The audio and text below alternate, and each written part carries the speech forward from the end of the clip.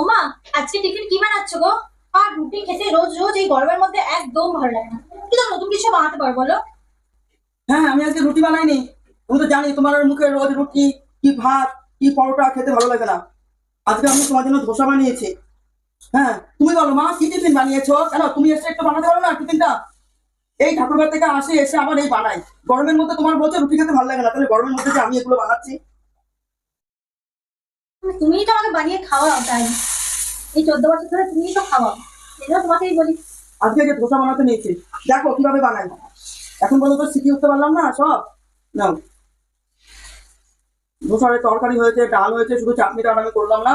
এই দিয়েই আজকে খাওয়ার, আমার চাটনি করতে ভালো লাগবে না। ও, ধোসা বানিয়েছো? বাবা, আমার তো খুব পছন্দের ফেভারিট। আমার মনের কথা কি করে বুঝলে মা? আজকে তো আমার ধোসা খেতেই ইচ্ছে হচ্ছিল। আর তোমাকে তো শাশুড়ি মা আমি ভাবি না, নিজের মা ভাবি, তাই এত আবদার করি। তো আমার নিজের মা তো মানে কোনোদিনই এসব করতেও না, কিছুই না, তাই বলি।